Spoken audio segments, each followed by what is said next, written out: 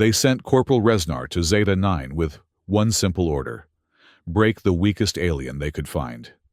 Everyone laughed when they handed him a trembling, malformed Shivern scout. She won't last a week. Yet the moment she smiled at him, in that broken cell, something in Resnar shifted. He realized he'd meet his match far sooner than they expected. The Zeta 9 rehabilitation facility rose from the horizon like a dark behemoth, its titanium-reinforced spires piercing the slate-gray sky. Transport shuttle windows darkened automatically as they descended toward the landing pad. But Corporal Tyrok Resnar had already seen enough. The sprawling complex of mines and barracks stretched for kilometers, bordered by jagged mountain ranges coated in metallic dust, remnants of decades of excavation. "Welcome to Purgatory, Corporal," the pilot announced through the intercom, his voice heavy with practiced indifference. "Home sweet home for warmongers and rust-skins alike." Resnar didn't respond. His reflection in the darkened glass showed a man worn thin, once bright eyes now shadowed, regulation haircut growing out at the edges. The insignia on his shoulder had been stripped of its honor marks, leaving only the basic corporal stripes. 15 years of distinguished service reduced to disgrace over one moment of insubordination. The shuttle touched down with a metallic groan. Resnar gathered his meager belongings: a standard-issue duffel containing uniforms, basic toiletries, and a single keepsake, his father's military timepiece, engraved with the words, "Never silence your voice." The irony wasn't lost on him. A blast of frigid air hit Resnar as the shuttle doors slid open. Two guards in Alliance military police uniforms approached, faces obscured by tactical visors. They flanked him without a word, escorting him across the landing pad toward the main administrative building. The facility hummed with the constant drone of heavy machinery, punctuated by occasional distant explosions from the deepest mining sectors. "Corporal Tyrok Resnar," announced a crisp voice as they entered a sterile white office. Lieutenant Varys Helden sat behind a sleek metal desk, his posture impeccable, uniform perfectly pressed. The right side of his face bore a burn scar that pulled his eye into a permanent squint, a battle wound that had never properly healed. "Lieutenant," Resnar said, standing at attention despite the absence of a formal salute. Helden studied him for a long moment. "At ease, Corporal. Please, sit." His tone was cordial, but his eyes remained cold. "I've reviewed your file extensively. Your record was exemplary until the Iridex incident. Top marksman in your unit. 3 Valor commendations. Personally responsible for neutralizing the Shivern Hive defense at Proxima Outpost." Resnar remained expressionless as he took the offered seat. "Yes, sir." "And then, you refused a direct order during the final raid." Helden leaned forward, his burned eye twitching slightly. "You were told to eliminate remaining resistance in the East Quadrant. Instead, you reported no viable targets despite clear thermal signatures." "They were civilian shelters, sir, non-combatants." "They were Shivern." Helden's voice hardened. "After what they did to our colonies, after what they did to me," he gestured to his scarred face, "there are no non-combatants in their ranks." Resnar said nothing, but his jaw tightened perceptibly. Helden sighed, leaning back in his chair. "Water under the bridge now. High Command believes you can still be salvaged. That's why you're here instead of a military prison." He pressed a button on his desk, and a holographic display materialized between them. The image showed a holding cell where a small figure huddled in the corner, a Shivern female, her scaled body appearing malformed and fragile compared to the battle-ready warriors Resnar had faced in combat. "Meet Specimen JS729, or Jera, as they've cataloged her," Helden said. "She's a scout captured during the final push. Bioresearch classified her as genetically deficient, missing most of her mandible plates, underdeveloped vocal resonators, malnutrition that never quite corrected despite adequate feeding. In short, She's the weakest Shyvern we've encountered. Resnar studied the image. The Shyvern, Gyra, appeared small for her species, perhaps reaching his chest at full height. Her normally formidable exoskeletal plating was indeed patchy, with gaps where protective scales should have grown. What struck him most was how she curled into herself, as if trying to disappear. "Your assignment is simple, Corporal," Heldon continued. "Break her. 14 days to demolish whatever spirit remains in that pathetic creature. Success means reinstatement with a promotion track. Failure." He trailed off, his expression darkening. "Let's just say I'd have to share your psychological evaluation from after Iridex with command. Those PTSD markers would ensure you never see active duty again."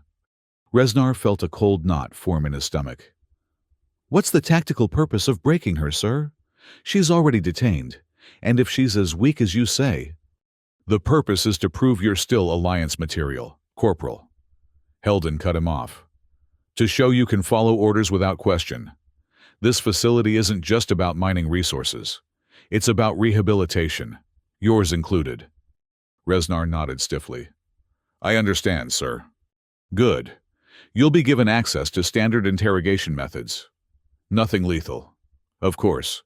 We need her functional for labor afterwards." Heldon pushed a data tablet across the desk. "Your quarters have been assigned in Sector 3. You begin tomorrow at 600. Dismissed." Resnar stood, gathering the tablet and his duffel. As he reached the door, Heldon called after him. "One more thing, Corporal. She hasn't spoken a word since capture. Bioresearch thinks she might be mute, or just stubborn. Either way, when you break her, I want to hear her scream." The following morning, Resnar stood outside holding Cell 17, steeling himself. He'd spent most of the night reviewing facility protocols and prisoner files, learning what he could about Shyvern physiology beyond combat applications. The data was sparse. Alliance research focused primarily on weaponizing knowledge against the enemy, not understanding them. He entered his access code, and the cell door slid open with a pneumatic hiss. The small room was bathed in harsh white light, deliberately calibrated to be uncomfortable for Shyvern vision. In the corner, just as in the hologram, Gyra sat with her knees drawn to her chest. Seeing her in person was different. The hologram hadn't captured the iridescent quality of her scales, damaged as they were, or the intelligent gleam in her large, compound eyes. Those eyes followed him now as he entered, neither cowering nor challenging, simply observing. "Stand up," Resnar ordered, his voice echoing in the bare cell. Gyra tilted her head slightly, studying him. Then, with deliberate slowness, she uncurled from her position and rose to her feet. She stood approximately 160 centimeters tall, small for a Shyvern, whose warriors typically towered over humans. Her limbs were thin, but wiry with muscle, and the missing mandible plates revealed glimpses of inner tissue that should never be exposed. "I am Corporal Resnar," he stated flatly. "You've been assigned to me for rehabilitation training.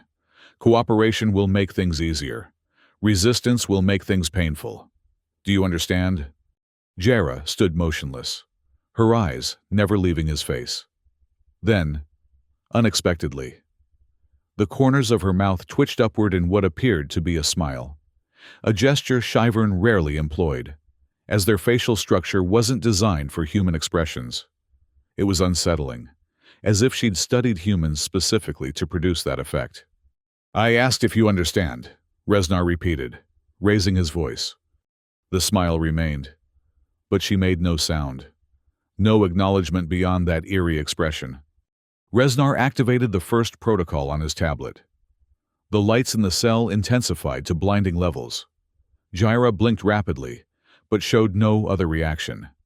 He increased the intensity further, to levels that would cause pain, even to humans.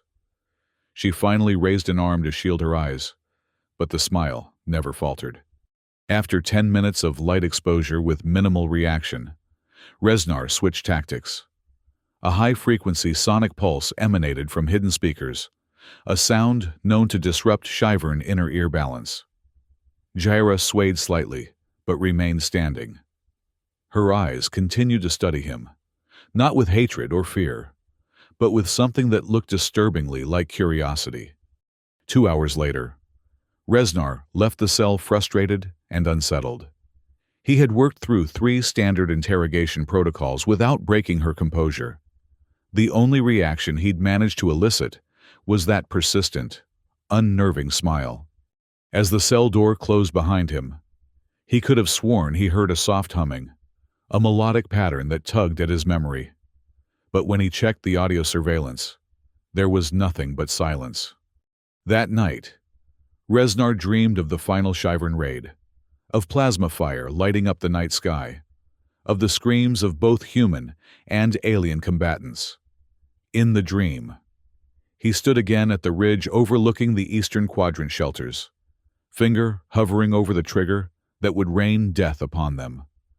But this time, when he looked through his scope, he saw Jaira staring back at him, smiling that same unsettling smile. He woke drenched in sweat, his heart hammering.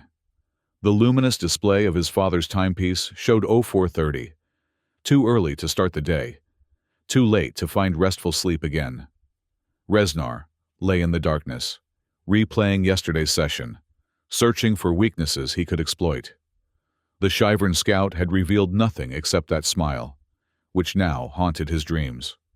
What was she hiding behind that expression? What game was she playing? More importantly, what would happen to him if he failed to break her?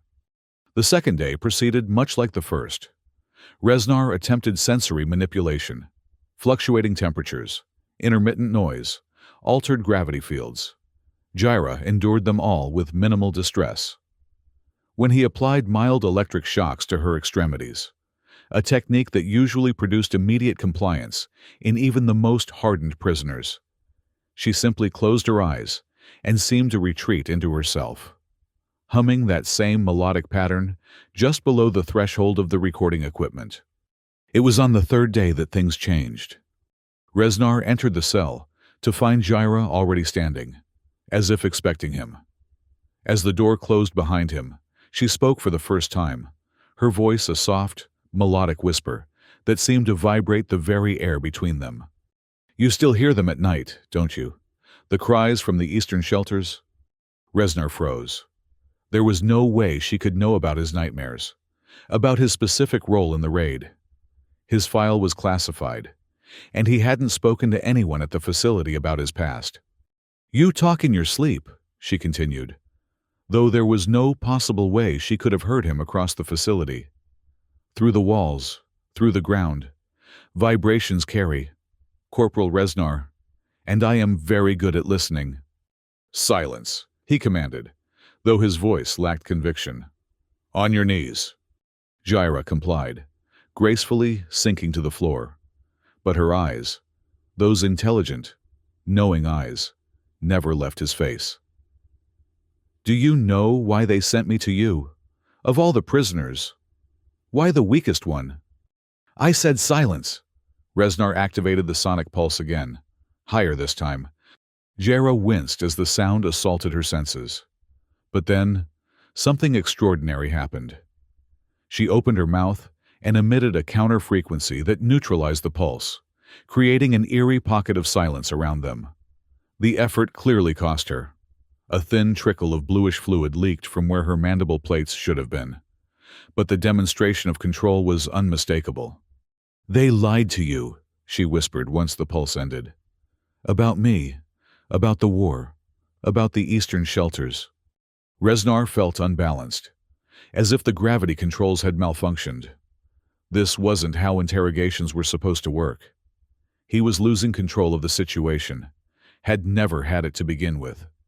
"Report to Labor Sector B tomorrow at 800, he said abruptly, retreating toward the door. "You're being assigned to the ore shafts." As he exited, her voice followed him. "I'll be waiting, Corporal. Just as I waited that night when your crosshairs found my sister's face, and something in you couldn't pull the trigger." The door sealed shut, but Resnar stood frozen in the corridor, cold sweat beading on his forehead. How could she possibly know that? His decision to report no viable targets that night had been made alone, with no witnesses. He had seen a young Shyvern through his scope, a child by their standards, and couldn't bring himself to fire. No one knew that detail, no one, unless she had been there. Labor Sector B comprised the deepest sections of the Zeta-9 mining operation. Massive tunnels bored into ancient strata, rich with rare metals, crucial for Alliance starship construction. The work was dangerous and physically demanding, perfect for rehabilitation of both disgraced soldiers and defeated enemies. Resnar arrived early, watching as prisoners and guards filtered into the main shaft entrance. The humans, mostly military personnel serving time for various infractions, kept to themselves, eyeing the alien workers with suspicion or disgust. The non-humans, primarily Shyvern with a handful of other subjugated species, moved with the defeated posture of the truly broken. All except one. Gyra arrived exactly at 800, escorted by a guard who shoved her roughly toward the equipment station. Despite her small stature and physical abnormalities, she moved with a fluid grace that drew unwanted attention. Several human workers nudged each other, pointing and snickering. A large Shyvern male, easily twice her size, glared at her with what appeared to be contempt. "That's Masir," said a voice beside Resnar. He turned to find a young technician in a dirty uniform standing nearby. The name patch read Torv Cade. "Pardon." "The big one giving your Shyvern the death stare," Torv clarified.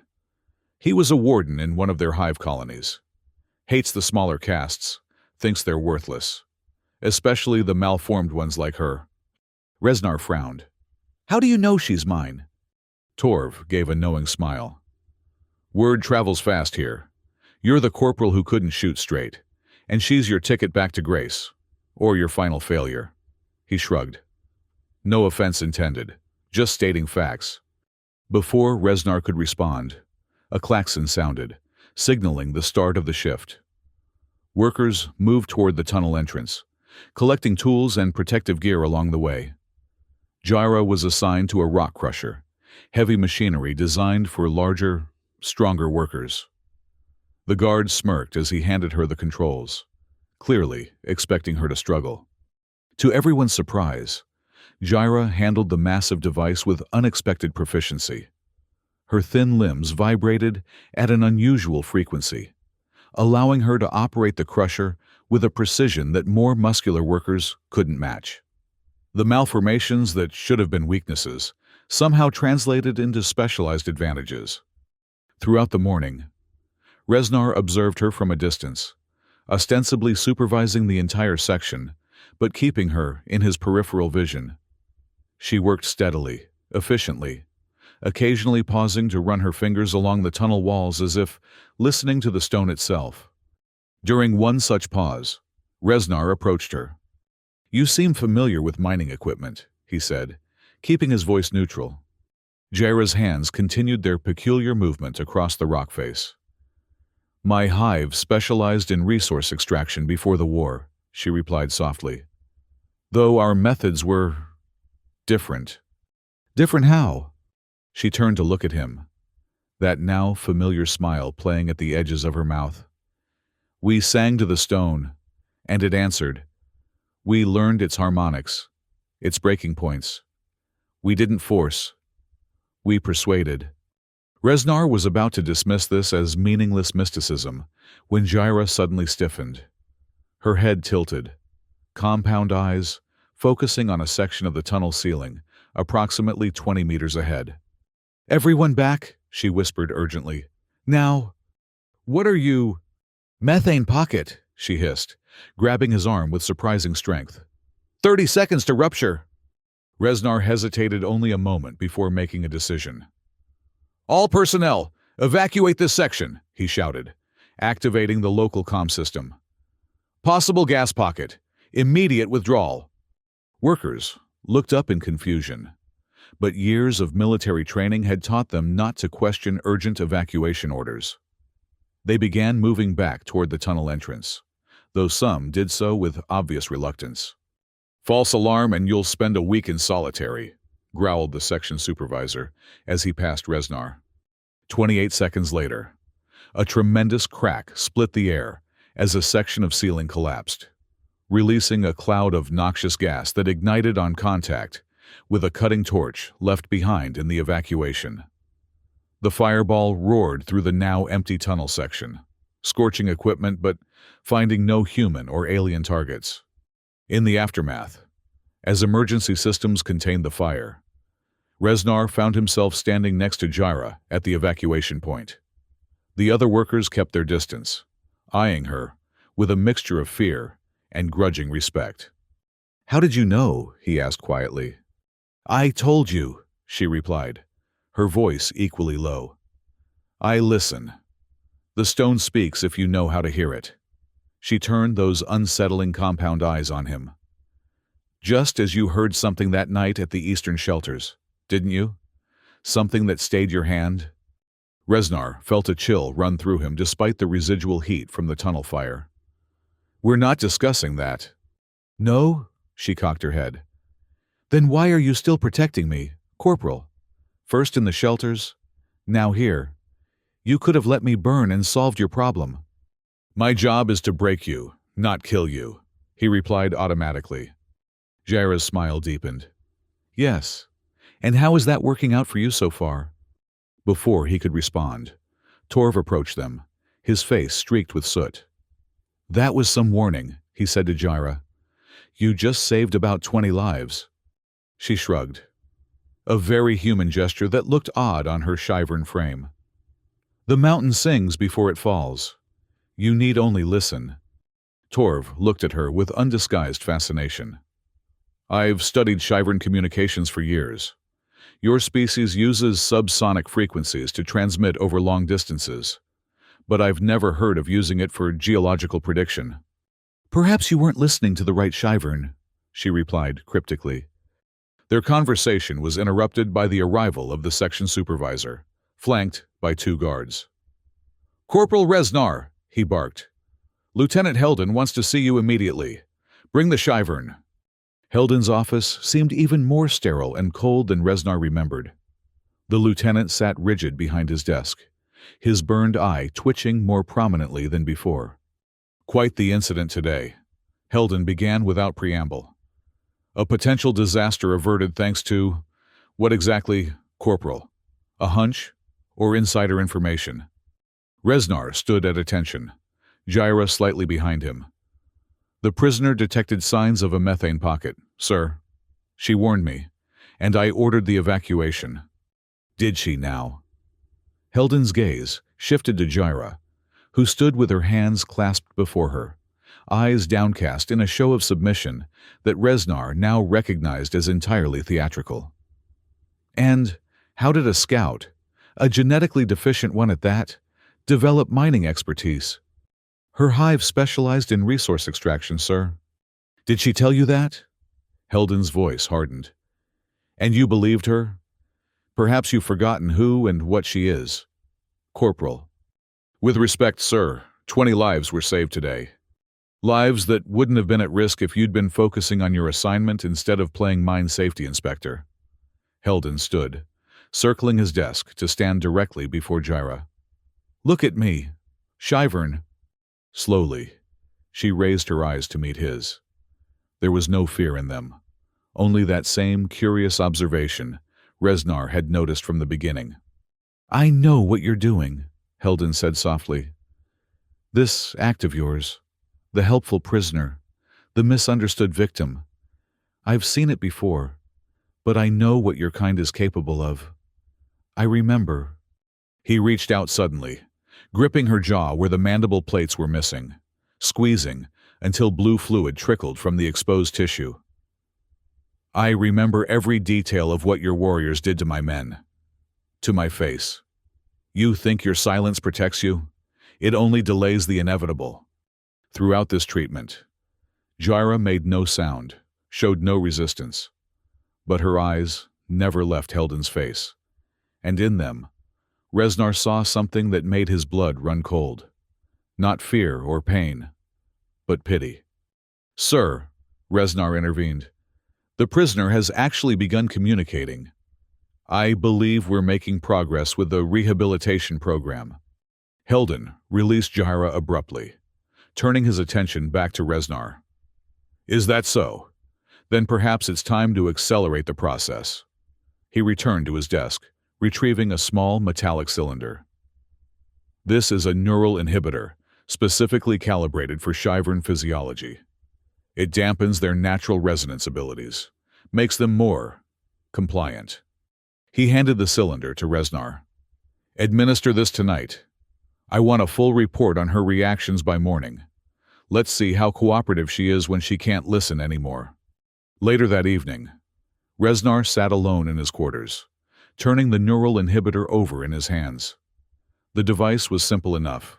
Press it against the base of a Shyvern skull, and it would inject microscopic blockers into their neural pathways, temporarily suppressing their ability to produce or interpret resonance frequencies. It wouldn't cause permanent damage, but the experience was known to be deeply traumatic for Shyvern, whose entire social structure and communication system relied on those frequencies. It would be like blinding and deafening a human simultaneously. His orders were clear. This was his opportunity to finally break Jaira, to complete his assignment and secure his reinstatement. Yet, something held him back, the same instinct that had stayed his hand at the eastern shelters. A soft knock at his door interrupted his thoughts. Cautiously, he approached, weapon ready. Unauthorized visitors weren't common in the barracks.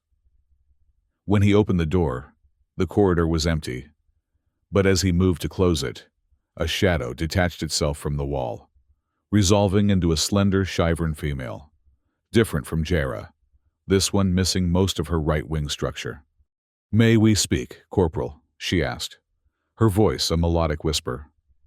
About our mutual friend? Resnar hesitated, then gestured her inside, quickly closing the door. Who are you? How did you get past the guards? My name is Makrin, she replied, settling gracefully onto the edge of his bunk. Former stealth operative, now just another mineworker. As for the guards, they see what they expect to see. Most humans can't tell one Shyvern from another, especially in the shadows. What do you want? Makrin's compound eyes reflected the dim light of his quarters. To warn you, the one you call Jaira, she is not what Heldon told you. I'm beginning to realize that, Resnar admitted. She's far more capable than her physical appearance suggests. It goes beyond capability. Corporal, her defects are not defects at all. The missing mandible plates, the altered limb structure, these are adaptations, not malformations. Resnar frowned. Adaptations for what? For channeling resonance frequencies at levels that would shatter a normal Shyvern's body.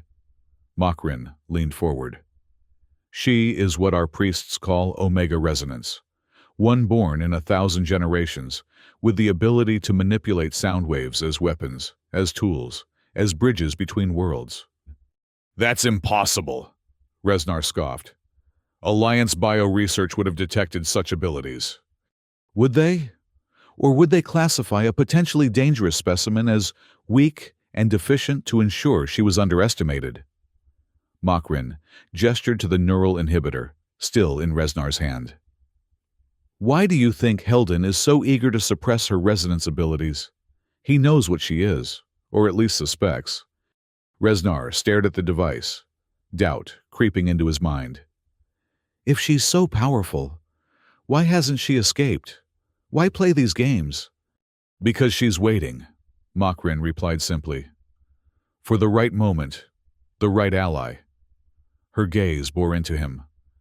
She chose you, Corporal, the man who couldn't pull the trigger, the one with the conscience he can't quite silence. Before Resnar could respond, alarms blared throughout the facility. Makrin was on her feet instantly, moving toward the door. That's the dinner shift rotation alarm, Resnar said. Why are you? Heldon is making his move, she replied urgently. He's not waiting for you to administer the inhibitor. He's going to do it publicly, to make an example of her. She fixed him with one last penetrating look. What will you do, Corporal? Follow orders this time? Or listen to that voice you've been trying to silence? With that, she slipped out the door and vanished into the corridor shadows, leaving Reznar alone with the neural inhibitor and a decision that suddenly felt far heavier than he'd anticipated. The facility's mess hall was crowded when Reznar arrived, pushing through groups of workers finishing their evening meal. At the center of the room, a space had been cleared, and Lieutenant Heldon stood with several guards. Before them, held firmly by two burly MPs, knelt Jaira. "Ah, Corporal Reznar, just in time," Heldon announced, his voice carrying through the suddenly quiet hall. "I was just explaining to our assembled workforce the importance of compliance in our rehabilitation program." All eyes turned to Reznar as he approached the circle.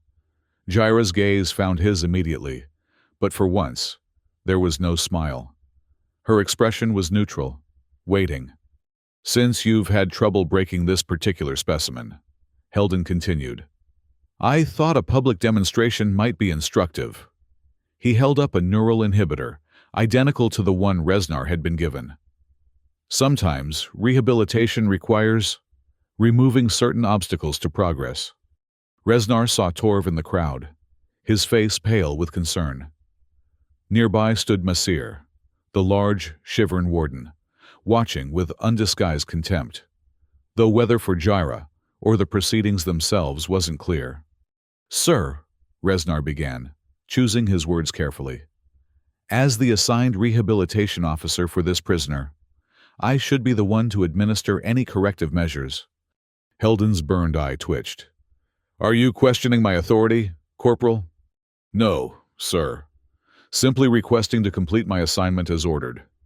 A tense silence fell over the room. Heldon studied Reznar's face, searching for any sign of insubordination. Finally, he extended the neural inhibitor. "Very well, Corporal, proceed." Reznar took the device and approached Jaira. Her eyes never left his as he knelt before her, positioning the inhibitor at the base of her skull. At this proximity, he could see the minute vibrations of her damaged mandibles, could hear the faint humming that seemed to emanate from her very being. "Any last words before your rehabilitation continues?" he asked formally, loud enough for the room to hear. Jaira's response was barely a whisper, meant for him alone. "The Eastern shelters housed our youngest generation, my siblings. You spared them once. Will you do it again?" Reznar's finger hovered over the activation switch. One press and her resonance abilities would be suppressed. One press, and he would be a step closer to reinstatement. One press, and he would silence not just her voice, but potentially a truth he wasn't ready to face. In that frozen moment, memory washed over him. The crosshairs centered on a young Shivern's face at the Eastern shelters, his finger poised on the trigger, just as it was now poised on the inhibitor. The same choice. Different battlefield. He had made his decision then. He made it again now. With a subtle movement, Reznar deactivated the safety protocol on the inhibitor, causing it to emit a high-pitched whine. To the observers, it appeared he had activated it against Jaira's skull, but the device never made contact with her skin. "It's done," he announced, standing and facing Heldon. "Neural inhibitor administered as ordered, sir." Heldon narrowed his eyes suspiciously. "We should see immediate effects on her motor control and communication." As if on cue, Jaira slumped forward, her limbs trembling, eyes half closed. A masterful performance of exactly the symptoms Heldon expected to see. "Satisfied, Lieutenant?" Reznar asked. Heldon nodded slowly. "Return her to her cell. We'll continue tomorrow." He addressed the silent crowd. "Let this be a lesson to all of you. Cooperation brings comfort. Resistance brings consequences." As the assembled workers dispersed, Reznar helped the seemingly weakened Jaira to her feet. To maintain the deception, he half carried her from the mess hall, feeling her body vibrate against his with that strange, constant humming. Only when they were alone in the corridor did she straighten, her supposed weakness vanishing instantly. "You made your choice, Corporal," she said quietly. "I made no choice," he replied, though they both knew it was a lie. "I simply postponed the inevitable. Tomorrow Heldon will expect results." "Tomorrow will bring its own choices." She touched his arm lightly, her scaled fingers surprisingly warm. "Listen tonight, Corporal. When the facility sleeps, listen carefully. I will sing the lullaby of my people, and you will understand why your hand stayed that night at the eastern shelters." Before he could question her further, she turned and walked toward her cell unaided, leaving him in the corridor with an inactive neural inhibitor and the growing certainty that he had just crossed a line from which there was no return. That night, Resnar lay awake in his quarters, staring at the ceiling. The events of the day replayed in his mind: the averted mine disaster, Makrin's warnings, his public deception of Heldon, each action pulling him further from the path of reinstatement and deeper into... what? Treason? Compassion? He couldn't even name what was driving him anymore. As the facility's night cycle deepened and the corridors fell silent, he became aware of a sound, so faint at first that he thought he was imagining it. A melodic pattern, similar to the humming he'd detected from Gyra, but more structured, more intentional. It seemed to vibrate through the very walls of his quarters, through the metal frame of his bunk, through his bones. The song, for it was clearly a song, was unlike anything he had heard before. It contained harmonics that human vocal cords could never produce, overtones that seemed to exist simultaneously in multiple frequencies. And yet, despite its alien nature, it conveyed emotions he recognized instantly: sorrow, defiance, hope. As he listened, the melody began to trigger memories, fractured images from the night of the Eastern Shelter raid. Through his rifle scope, he had seen the face of a young Shyvern, and in the background, he had heard a sound much like this song. At the time, he had attributed it to interference on the comm system, but now he realized it had been a Shyvern lullaby, sung to comfort frightened children hiding from Alliance bombs. The same lullaby Gyra was singing now, somehow projecting it through the entire facility without detection by the surveillance systems. Resnar didn't realize he had fallen asleep until the dream took hold, a vivid reconstruction of the raid. But this time, he wasn't looking through his scope. Instead, he was inside the shelter, surrounded by young Shyvern, feeling their fear as Alliance ordnance fell around them. And there, in the center of the huddled group, was Gyra, younger but unmistakable, singing this same lullaby to calm her siblings as death approached from above. When the dream shifted to the present day's mining incident, he understood with sudden clarity. She had been there, in the eastern shelters. She had survived because he refused to fire.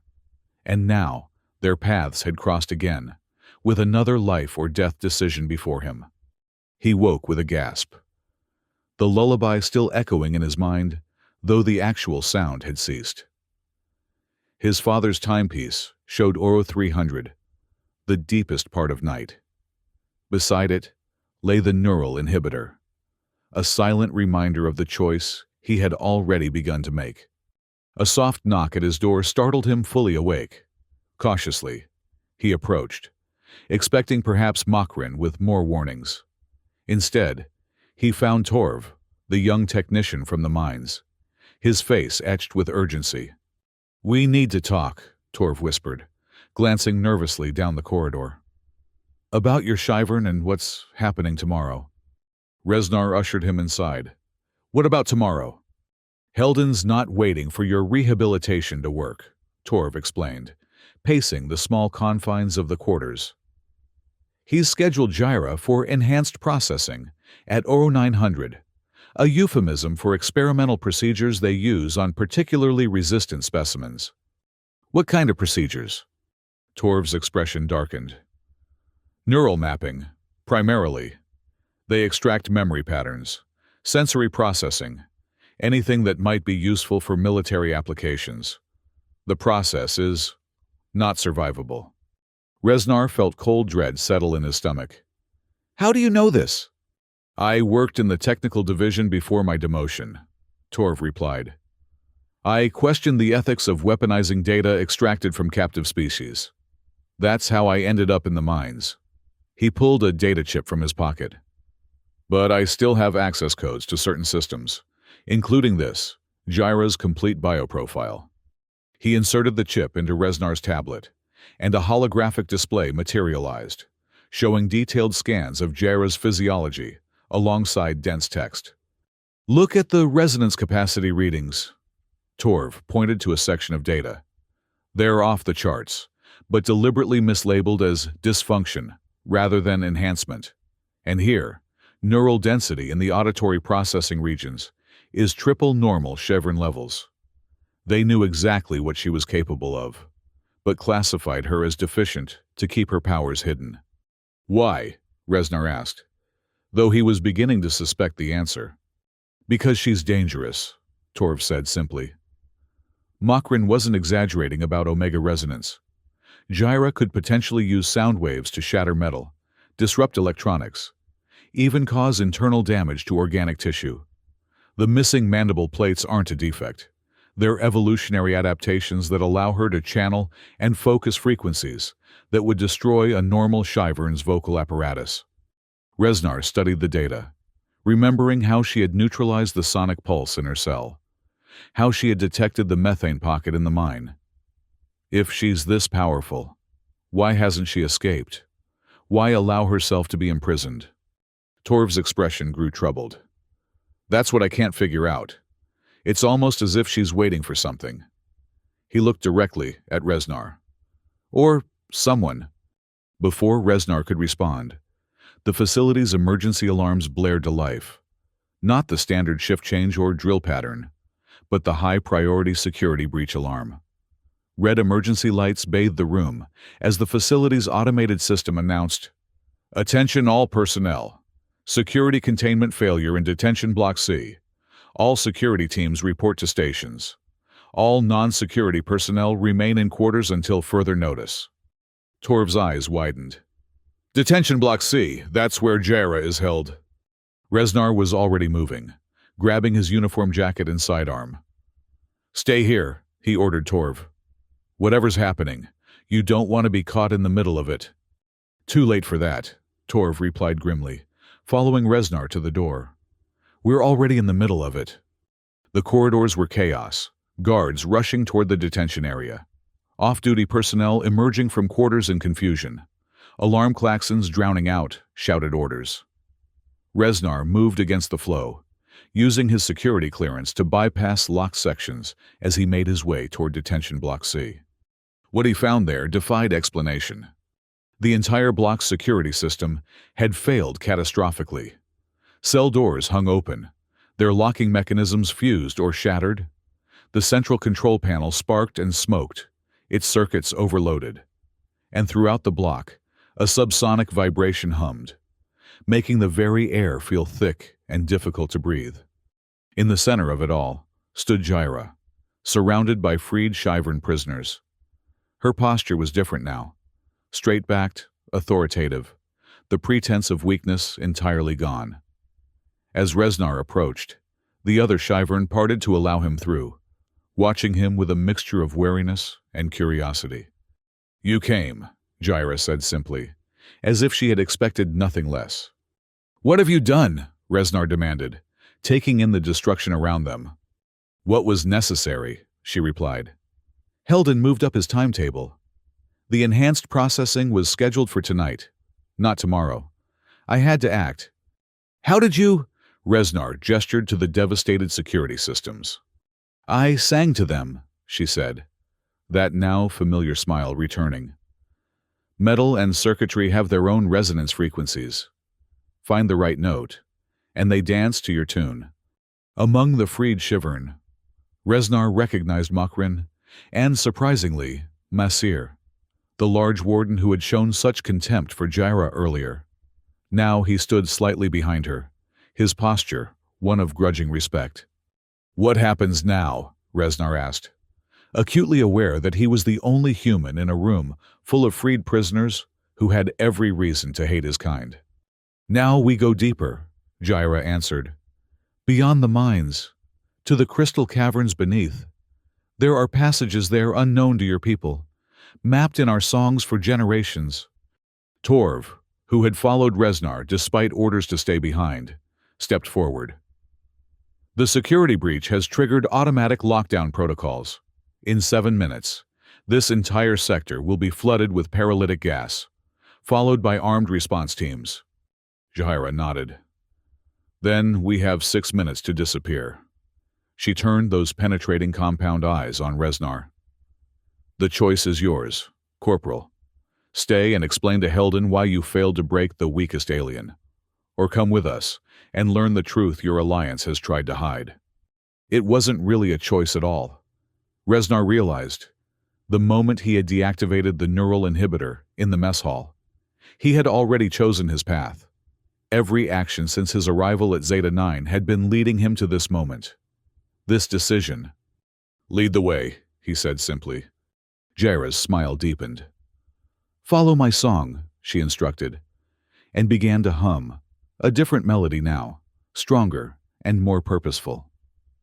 The other Shyvern joined in, creating a harmonic pattern that seemed to map the very air around them, revealing paths and possibilities invisible to human senses. As they moved through the facility toward the deepest mining levels, Resnar found himself wondering what his father would think of his choices. The timepiece in his pocket seemed to grow heavier with each step, the engraved words taking on new meaning. "Never silence your voice." Perhaps, he thought as they descended into the unknown depths beneath Zeta 9, he was finally learning to listen to that voice instead.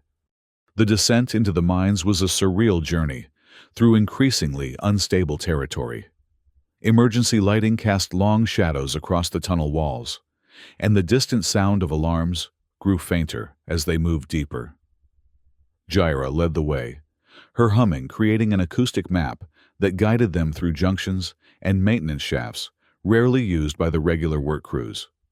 Resnar and Torv stayed close behind her, with Makrin, Masir, and approximately 20 other freed Shyvern forming a loose procession. Occasionally, they encountered locked security doors, which Jaira would approach with focused intensity, humming specific tones until the locking mechanisms vibrated apart or electronic systems overloaded. "How far do these tunnels go?" Resnar asked Torv as they passed the deepest mining level he had previously visited. "Official records show another 200 meters, Torv replied. "But there have always been rumors among the workers about unmapped caverns beyond the titanium deposits. Too unstable for standard mining operations." Jaira, overhearing them, paused in her humming. "Your records are incomplete," she said. "The true depth extends nearly a kilometer further, into a network of crystal formations that amplify and channel resonance frequencies." "How could you possibly know that?" Resnar asked. Her smile was enigmatic. "My people mapped these caverns long before your alliance claimed this world. The songs containing their coordinates have been passed down through generations." They continued downward, the engineered mine shafts gradually giving way to more natural formations. The air grew warmer, tinged with mineral scents and the faint ozone smell of energy discharges. Phosphorescent fungi clung to the walls, providing ghostly illumination where the facility's emergency lighting no longer reached. After nearly an hour of descent, they emerged into a vast underground chamber that took Resnar's breath away. Massive crystal formations stretched from floor to ceiling, their facets catching and amplifying the bioluminescent glow of the fungi. The crystals hummed with a barely perceptible vibration, creating a background resonance that Resnar could feel in his bones. "The harmonic nexus," Jaira announced, her voice filled with reverence. "The heart of Zeta 9's secret, And the reason your alliance wanted this world so desperately. The freed Shyvern spread throughout the chamber, touching the crystal formations with expressions of wonder or recognition. Masseur, the former warden, approached one particularly large formation and pressed his forehead against it, his normally harsh features softening into something like grief. "What is this place?" Torv asked, his technician's curiosity evident as he examined the nearest crystal cluster. "A natural amplifier," Jaira explained. "These crystals can receive, strengthen, and transmit resonance frequencies across vast distances, even through the void between stars. My ancestors used them to communicate with distant worlds, to preserve our history, our culture, our very identity." "And the Alliance knew this?" Reznar questioned, struggling to integrate this revelation with everything he had been taught about the war. "Of course they knew," Makrin interjected, her damaged wing membrane catching the crystal light. "Why else establish a rehabilitation facility directly above the most powerful resonance nexus in the sector? They wanted to control it, to weaponize it, just as they tried to weaponize Jaira's abilities." Jaira moved to the center of the chamber, where a formation of smaller crystals formed a rough circle. "This is where we make our stand," she announced to the gathered Shyvern. "From here, we can broadcast the truth about the war, about the Eastern shelters, about what really happened at Iridix." "Broadcast to whom?" Reznar asked. "To everyone," she replied simply. "Every Alliance communication system, every military frequency, every civilian network, the resonance patterns of truth, impossible to jam or silence." Torv looked troubled. "Such a broadcast would require enormous energy, far more than these crystals could naturally generate."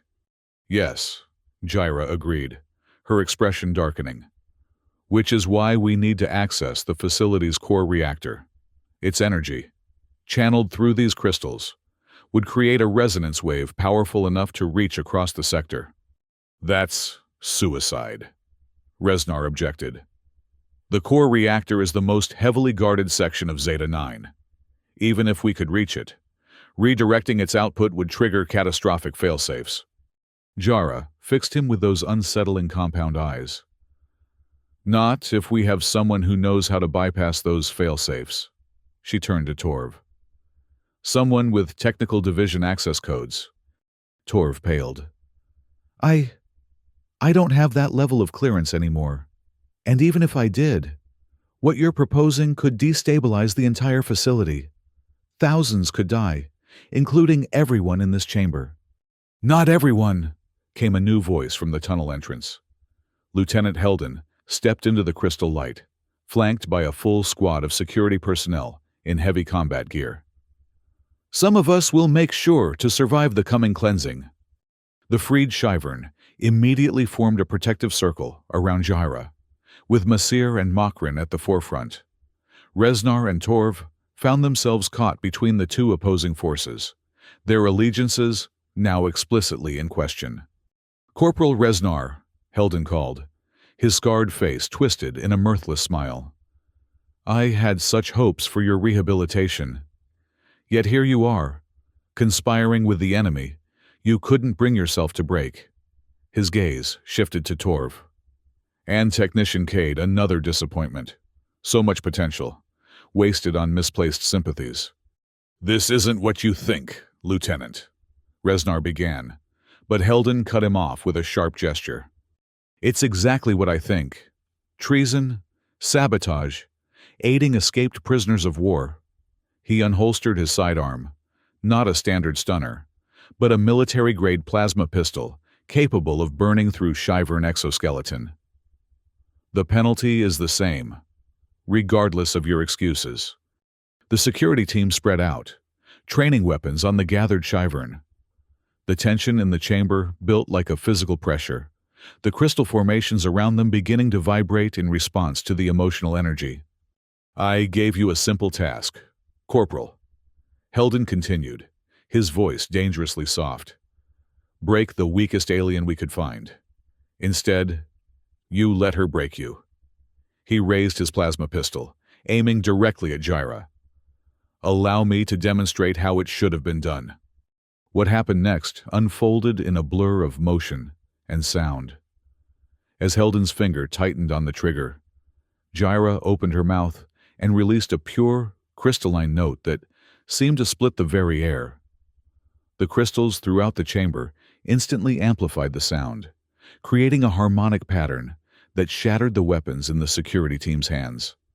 The guards cried out in pain, dropping to their knees as the resonance wave passed through them, disrupting their inner ear balance and causing temporary disorientation. Only Heldon remained standing, his military-grade neural dampeners protecting him from the worst effects.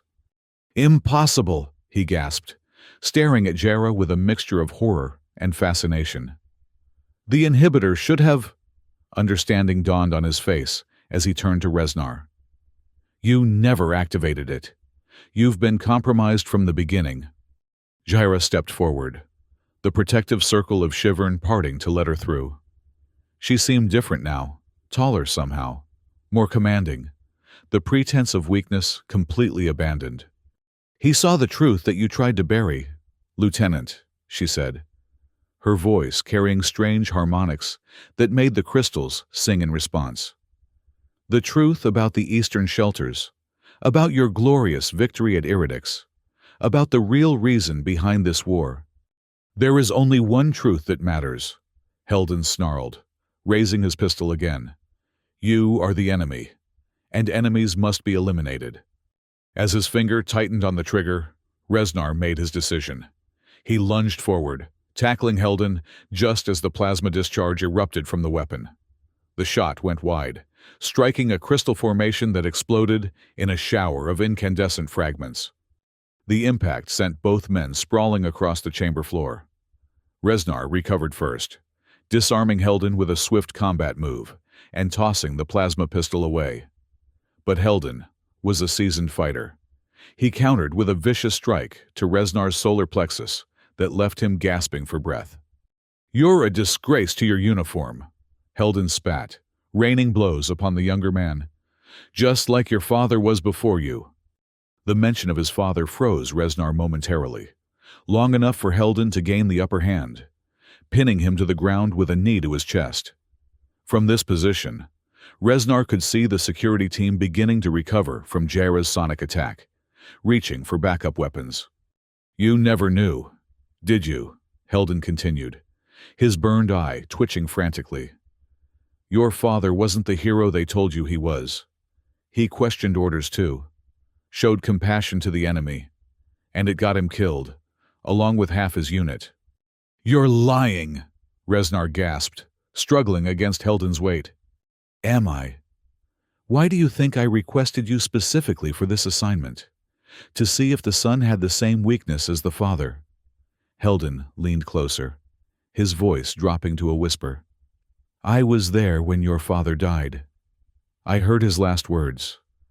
Not that noble nonsense engraved on your precious timepiece. No, his real last words were a plea for mercy, for the Shivern we were ordered to execute." Rage and confusion warred within Reznar.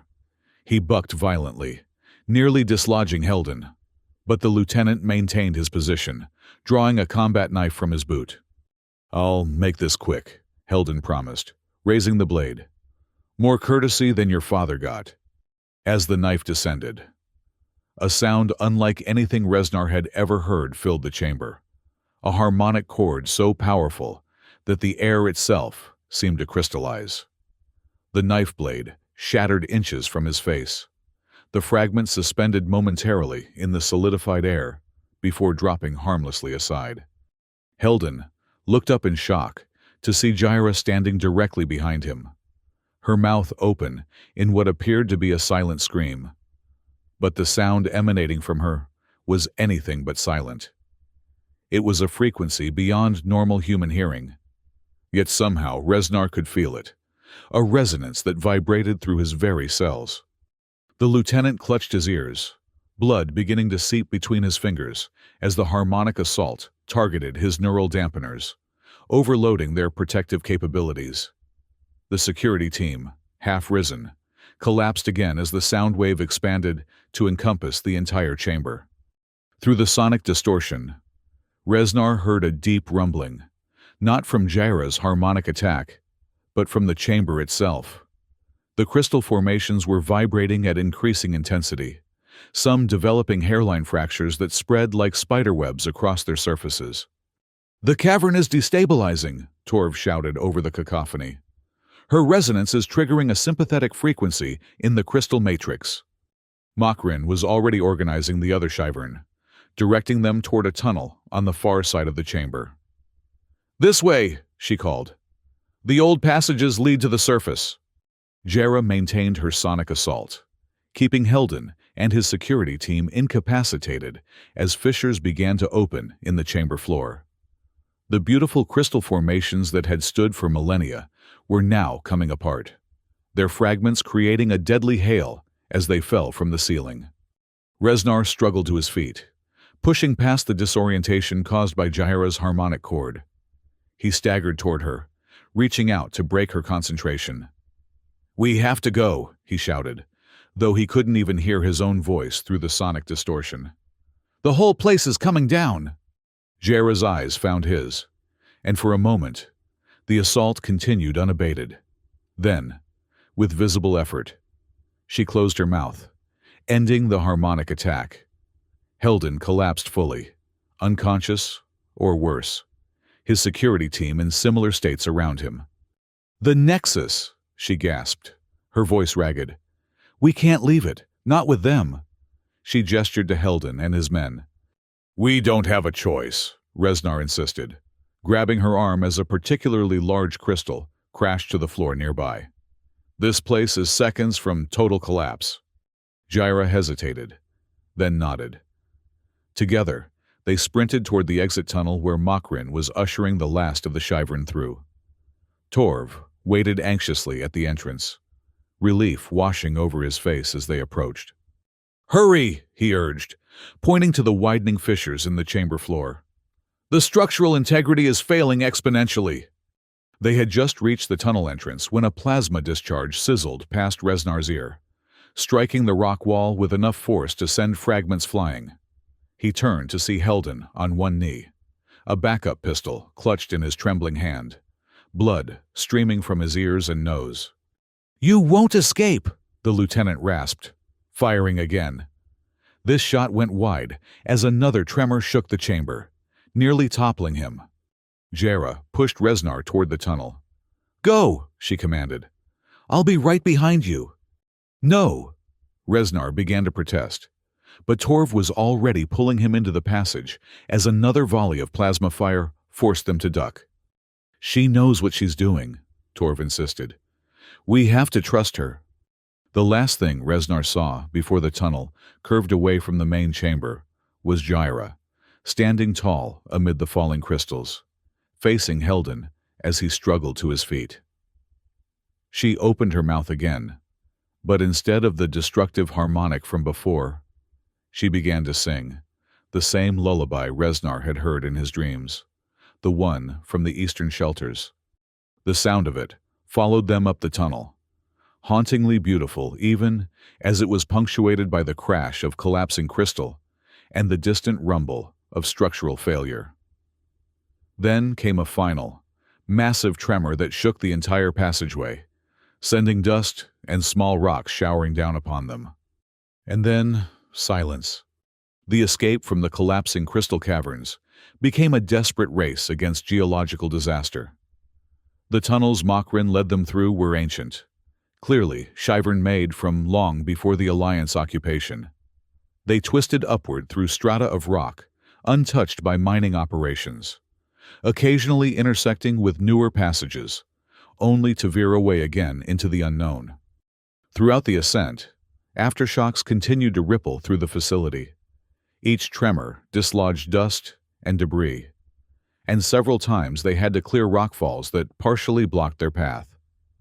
The group moved with urgent discipline, Massir and other stronger Shyvern taking the lead to clear obstacles, while Makrin navigated using what seemed to be an instinctive understanding of the tunnel system.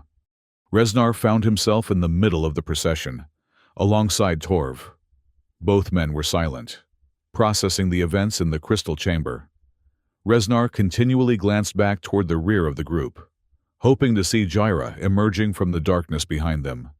But as minutes stretched into an hour, that hope began to fade.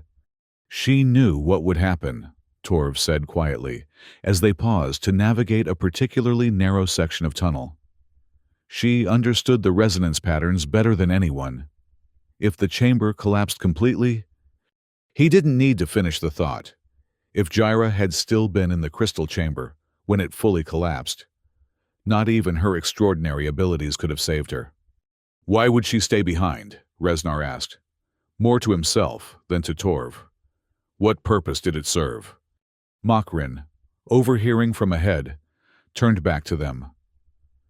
To ensure Helden couldn't follow, she said simply, and to destroy the Nexus rather than let it fall into Alliance hands again. Her compound eyes reflected the dim emergency lighting that now penetrated these higher tunnels. She made her choice, Corporal, just as you made yours.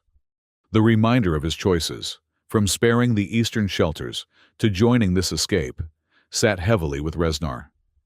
Everything he had worked for, his entire military career, had been abandoned in a series of decisions that felt both inevitable and right. Yet the cost seemed suddenly too high, if it included Gyra's sacrifice. As they continued upward, the tunnels began to show signs of intersection with the facility's infrastructure. Power conduits ran along walls, and occasional access hatches appeared, most sealed by emergency lockdown protocols. We're approaching the lower maintenance levels, Torv announced, examining one such hatch. 2 more sections up should bring us to an emergency evacuation route that leads to the surface. Will it be guarded? Reznar asked. Undoubtedly, Makrin replied. But the facility-wide alert suggests they're dealing with multiple crises, not just our escape, but structural failures throughout the mining levels. Their resources will be stretched thin. As if to confirm her assessment, another powerful tremor shook the tunnel, stronger than those that had preceded it. Emergency lighting flickered ominously. That wasn't an aftershock, Torv said, his expression grave. That felt like the primary reactor. If its containment systems are compromised, then we have minutes, not hours, to reach the surface. Reznar finished. Move out, now. The group accelerated their pace, abandoning caution for speed. When they reached a sealed access hatch that blocked their progress, Masir and 2 other Shyvern physically tore it from its mountings, metal screaming as it gave way to their desperate strength. Beyond the hatch lay a maintenance corridor clearly part of the facility proper. Red emergency lighting cast everything in a bloody glow, and automated warnings echoed through the space. Reactor containment breach imminent. All personnel evacuate to designated safe zones. This is not a drill. Repeat. Reactor containment breach imminent. The evacuation route should be 1 level up, Torv directed, pointing to a service ladder at the corridor's end. As they approached the ladder, a section of ceiling collapsed ahead of them, blocking their path with twisted metal and concrete. Before they could search for an alternate route, the sound of booted feet and shouted orders came from an intersecting corridor. Security detail, Reznar warned, drawing back into the shadows. At least 6, maybe more. We can't engage them, Makrin said, her damaged wing twitching with tension.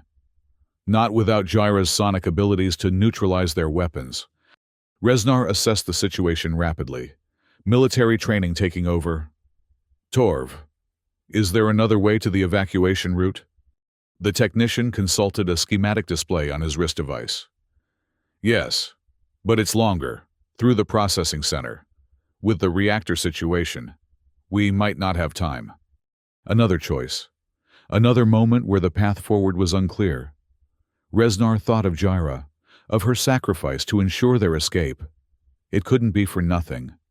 I'll draw them off, he decided. Create a diversion while the rest of you take the alternate route. That's suicide, Torv objected.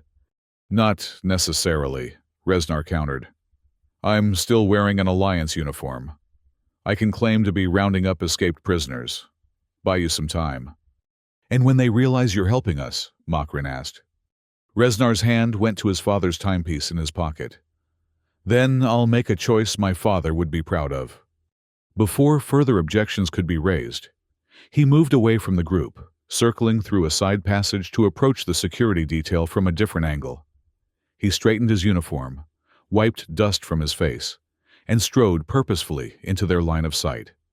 "Corporal Reznar, Section 3, he announced crisply. "I've been tracking a group of escaped prisoners. They headed toward the processing center." The security team leader, a Sergeant Reznar vaguely recognized, looked suspicious. "We have orders to secure this entire level. Why aren't you with your assigned unit?" Separated during the initial breakout," Reznar replied without hesitation. "Lieutenant Heldon ordered me to pursue any escapees I encountered. Sir, with the reactor situation, we need to move quickly. They're heading for the surface evacuation routes." The mention of Heldon's name worked as Reznar had hoped. The sergeant nodded sharply. "Lead the way, Corporal." Reznar directed the security team down the corridor, away from where Torv and the Shyvern waited. As they moved, another violent tremor shook the facility, this one accompanied by the distinctive whine of power conduits overloading. "Reactor containment at 15%, announced the automated system. "Final evacuation warning. All personnel proceed to emergency shuttles immediately."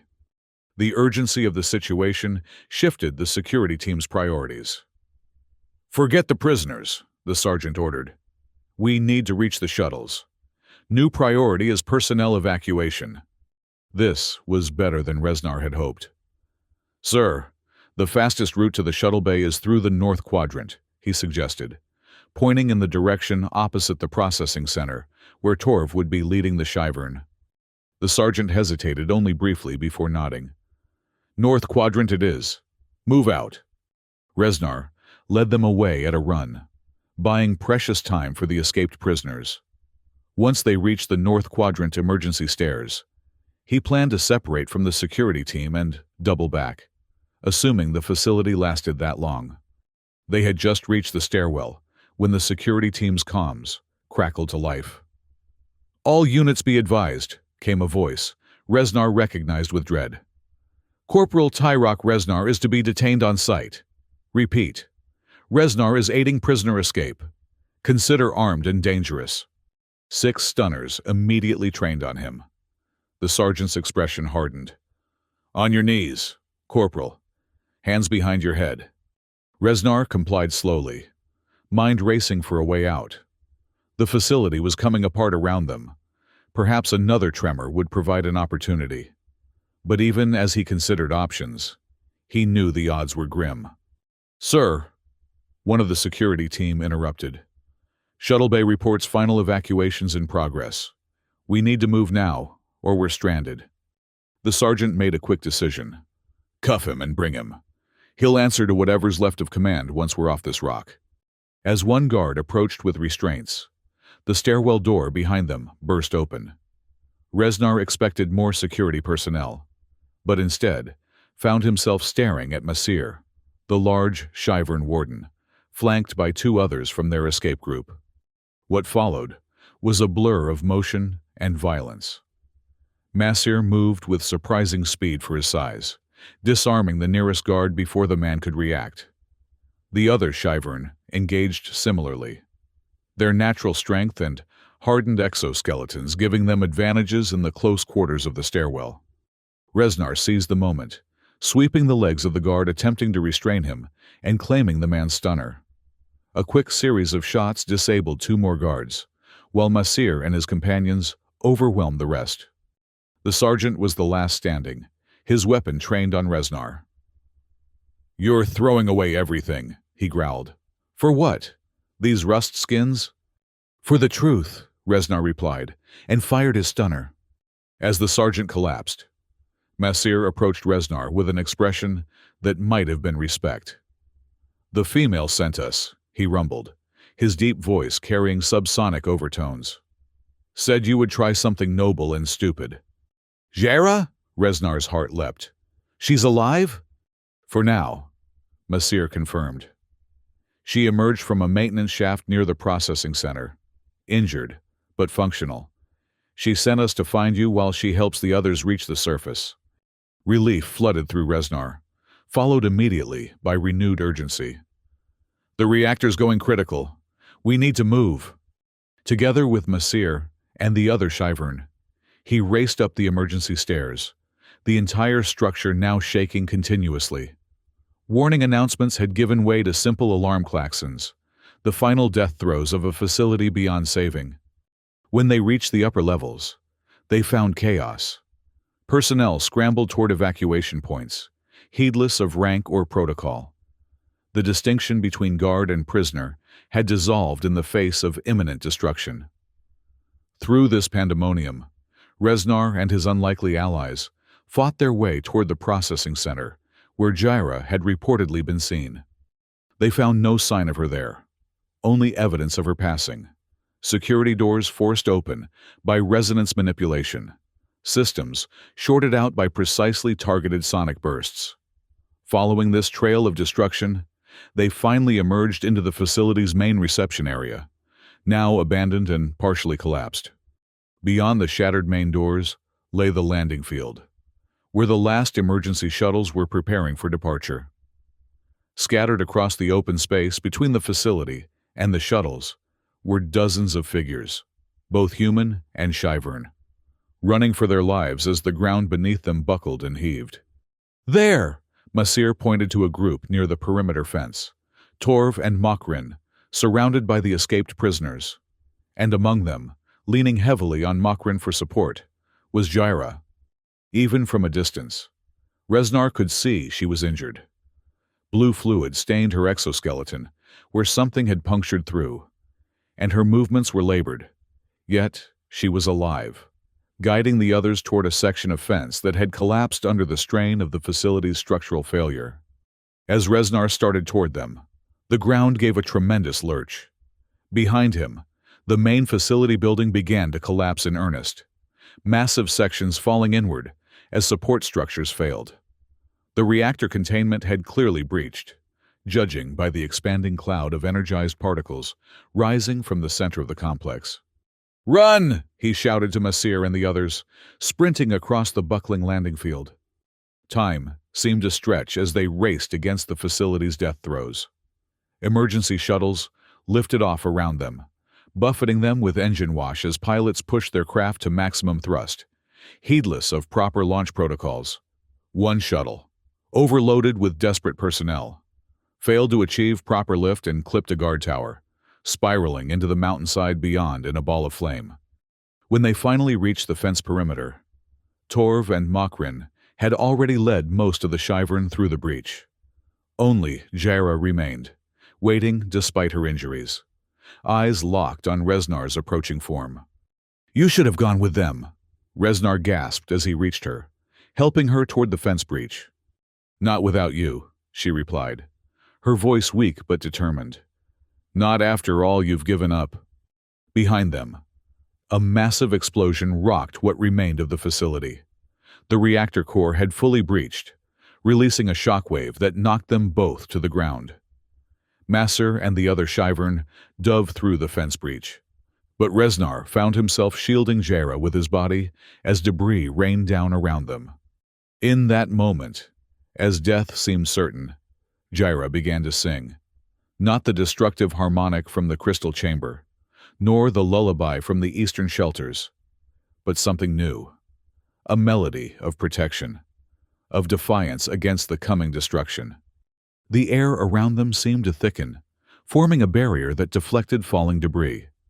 Jaira's song created a pocket of relative calm amid the chaos, her injured body trembling with the effort, but her voice never faltering.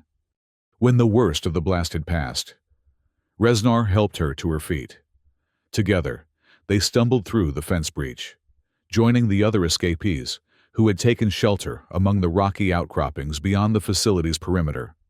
From this vantage point, they watched as Zeta-9 Rehabilitation Facility, that monument to Alliance cruelty, imploded in on itself.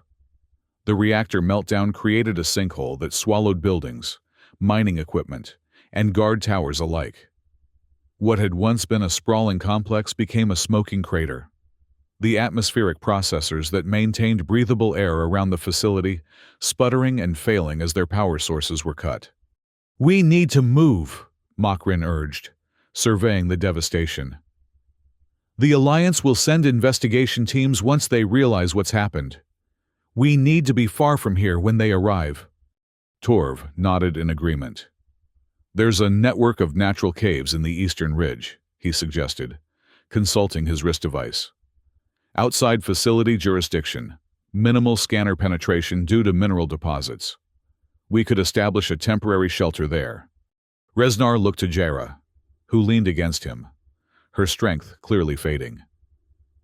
"Can you make it that far?" he asked quietly. She met his gaze, that now familiar smile flickering across her face despite her pain. "I've come this far," she whispered. "A little further won't break me." The journey to the eastern caves was arduous. The landscape around Zeta 9 was hostile by design, rocky, exposed, with minimal vegetation and frequent toxic dust storms. The group moved slowly, burdened by injuries and the necessity of avoiding the emergency shuttles that continued to search the area for survivors or escapees. By nightfall, they reached the cave network Torv had identified. The entrance was narrow and easily defensible, opening into a series of larger chambers with access to underground water sources. The mineral-rich walls shimmered with embedded crystal fragments, smaller cousins to the massive formations in the now-destroyed harmonic nexus. As the escapees settled into their temporary refuge, establishing watches and tending to injuries, Reznar found a quiet corner where he could finally examine Jera's wounds properly. The puncture in her exoskeleton was deep, still seeping blue hemolymph, but seemed to have missed vital organs. "Helden?" he asked as he applied a makeshift bandage fashioned from torn uniform material. Jera nodded, wincing as he pressed against the wound. "He recovered enough to fire one last shot before the chamber collapsed. I think—" She hesitated. "I think he's still down there, buried with the crystals he sought to control." "You could have killed him," Reznar observed. "With your harmonic abilities. You could have stopped his heart or shattered his skull. Why didn't you?" She was silent for a long moment, her compound eyes reflecting the dim bioluminescence of fungi growing on the cave walls. "Because then, I would be what he believed all Shyvern to be, merciless killers. I wanted him to see his failure, to understand that the weakest alien had bested him without becoming a monster." Reznar completed the bandaging, his hands lingering on her injured side. "And the Nexus? Was destroying it worth nearly dying?" "The Nexus served its purpose," she replied cryptically. "Before it collapsed. I sent one final harmonic broadcast, the truth about the Eastern shelters, about Iridix, about this war. Every communication system within 3 sectors will have received it." "You think anyone will believe it? The Alliance controls the narrative. They'll call it enemy propaganda." "Some will believe," she said with quiet certainty. "Some already knew and needed only confirmation. Change begins with a whisper, Corporal, not a shout." Days turned into weeks as the group established what came to be known as Harmonic Haven within the cave system. Torv's technical expertise allowed them to tap into emergency power cells salvaged from the facility wreckage, providing basic lighting and environmental controls. Makrin organized hunting and foraging parties, utilizing Shyvern natural abilities to locate resources in the seemingly barren landscape. Masir, surprisingly, emerged as a skilled builder and defender, using his knowledge of Shyvern hive construction to reinforce vulnerable sections of their shelter. Other escaped prisoners contributed according to their abilities. Some were warriors, others technicians. A few even possessed medical knowledge that proved invaluable as they recovered from their injuries. Reznar found himself in an unexpected role, neither leader nor follower, but bridge. His military training made him an asset for security and organization, while his growing understanding of Shivern culture allowed him to mediate between different factions within their makeshift community. He taught basic combat techniques, repurposed for hunting and defense, and in return, learned the subtle harmonics of Shivern communication from those willing to share. Throughout it all, Jaira remained the heart of their refuge. As she recovered from her injuries, her presence became a unifying force. Each evening, she would sing to the gathered survivors, lullabies to comfort the frightened, ballads to honor the fallen, and harmonic histories that preserved their collective memory. The small crystal fragments embedded in the cave walls would vibrate in response, creating subtle light patterns that danced across the chamber during her performances. One evening, approximately a month after their escape, Reznar found Jaira alone at the cave entrance, gazing at the distant stars, visible through a break in the perpetual cloud cover. Her wounds had healed, leaving only faint discoloration on her exoskeleton where Hilden's shot had struck her. "You should be resting," he said, settling beside her on the rocky outcropping. "I've rested enough," she replied, her voice stronger now than it had been since their escape. "Tomorrow, I need to begin training the others, those with even minimal resonance ability. They need to learn to project and receive across distances." "You're planning something," Reznar observed. It wasn't a question. Jaira turned those compound eyes on him, now familiar enough that he could read the subtle emotions in their depths. "The broadcast from the Nexus was only the beginning. We need to establish a communications network, connecting with other Shivern survivors across the sector. There are more of us than the Alliance admits, hidden, scattered, but alive." "A resistance," Reznar translated. "A community," she corrected. "Resistance implies we seek only to destroy. We seek to build, to preserve, to connect." She gestured to the makeshift home they had created. "Like this, but across worlds." Reznar was silent for a moment, considering the implications. "The Alliance won't allow it. Once they confirm what happened at Zeta 9, they'll hunt for survivors." "Yes," she agreed. "Which is why we need allies. Not just Shivern, but humans like you and Torv, who can see beyond the propaganda." She touched his arm lightly. "Your choice to help us has already inspired others. Word is spreading through underground channels." "What choice?" Reznar smiled ruefully. "From the moment I met you, I don't think I had any real choice at all." Jaira's expression turned serious. "We always have choices, Corporal. You chose not to fire at the eastern shelters. You chose not to break me. You chose to stand with us rather than against us. Those choices define you far more than the uniform you once wore." Before he could respond, Torv appeared at the cave entrance, his expression urgent. "We've intercepted an Alliance communication," he announced. "A delegation is being sent to investigate Zeta 9, including representatives from the political opposition, those who questioned the war from the beginning." "When?" Reznar asked, immediately alert. 3 days.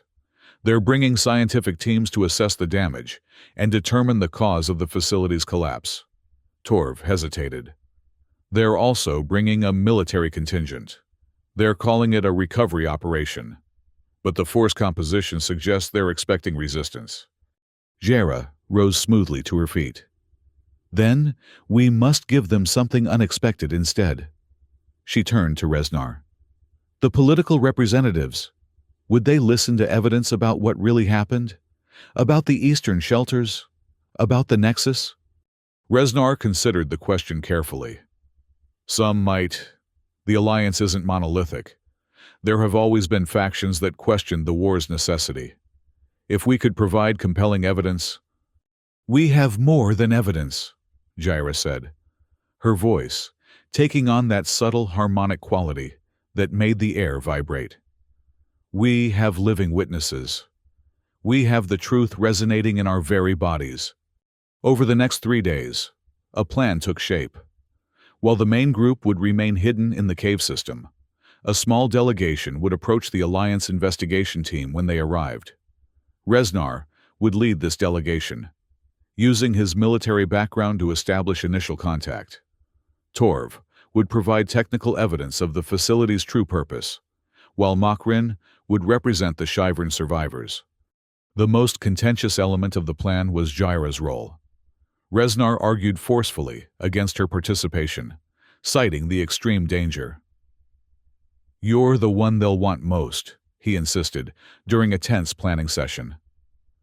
"The Omega resonance they tried to weaponize. If they capture you again." "If they capture me again, they will face the same outcome," she interrupted. "I am not the frightened scout they thought they had broken. I am what they feared. A voice that cannot be silenced." She touched the healed wound on her side. "Besides, this story needs its truth singer. The political representatives must hear our harmonics directly, must feel the resonance of truth in their bones." In the end, Reznar couldn't dissuade her. The plan proceeded, with contingencies established should things go wrong. Escape routes were mapped, emergency signals arranged, and defensive positions prepared in case of betrayal. On the morning the Alliance delegation was due to arrive, Reznar found himself standing at the cave entrance once more, watching the sky for approaching shuttles. He had abandoned his military uniform days ago, now dressed in practical clothing, salvaged and modified from facility stores. Only his father's timepiece remained as a connection to his former life. The engraved words, "Never silence your voice," now carrying deeper meaning than ever before. Jaira joined him, her appearance transformed from the prisoner he had first encountered. The patches in her exoskeleton had been filled with a resin created by other Shyvern, giving her a distinctive mottled appearance that she wore proudly rather than shamefully. The missing mandible plates remained exposed, no longer a defect to be hidden, but a visible reminder of her unique abilities. "Having second thoughts?" she asked, noting his pensive expression. "Not about our course," he replied honestly. "Only about the risks, especially to you." She made a sound that approximated human laughter, a skill she had been practicing. "The weakest alien concerns herself with such things, not the brave corporal." "You were never weak," he said quietly. "That was just another Alliance lie." "No," she corrected, her voice gentle. "I was weak, by conventional measures. But weakness compelled me to develop different strengths. To listen when others shouted. To bend when others broke. To find harmony where others created discord." She gestured to the community they had built together. "Weakness taught me to value connection over domination. Perhaps that is the lesson your Alliance needs most." A distant rumble drew their attention skyward. 3 shuttles appeared through the cloud cover, descending toward the smoking crater that had once been Zeta 9. Their sleek designs and official markings identified them as high-level diplomatic transport rather than military vessels, a promising sign. "It's time," Reznar said, touching the communication device Torv had constructed to alert the others. Jaira nodded, then surprised him by taking his hand in hers, the scaled, alien fingers intertwining with his human ones, in a gesture that transcended their biological differences. "Whatever happens," she said softly, "know that you have already succeeded where Heldon failed. He sent you to break the weakest alien, but instead, you helped build something stronger than either of our species could create alone." Reznar squeezed her hand gently, feeling the subtle vibration of her constant, comforting hum. "I think that's what my father discovered too," he replied. "What got him killed, but also what made his life meaningful." Together, they descended from the cave entrance, ready to meet whatever came next. Behind them, the other residents of Harmonic Haven gathered, Shyvern and human alike, once enemies, now united in a fragile but growing community. As they approached the rendezvous point where they would reveal themselves to the Alliance delegation, Jaira began to sing, Not the destructive harmonics that had shattered the crystal chamber, nor the protective resonance that had sheltered them from the facility's collapse, but something new, a melody of possibility, of futures not yet written, but suddenly imaginable. The small crystals embedded in the rocks around them caught and amplified her song, creating an ethereal chorus that spread across the barren landscape. On board the recently landed Alliance shuttles, confused delegates and scientists paused in their preparations, turning toward the unexpected sound with expressions of wonder and uncertainty. And somewhere, in the vastness of space beyond, other Shyvern heard the call, the distinctive resonance pattern of one they had thought lost. They answered, their songs converging across the void, a chorus of voices that could no longer be silenced. The story of the weakest alien and the soldier who couldn't break her was only beginning. But already, it echoed through worlds that had known only the discordant rhythms of war, introducing a harmony few had dared to imagine possible.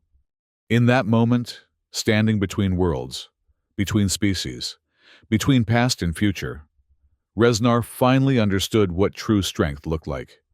Not dominance or control, but the courage to listen, to connect, to build rather than destroy.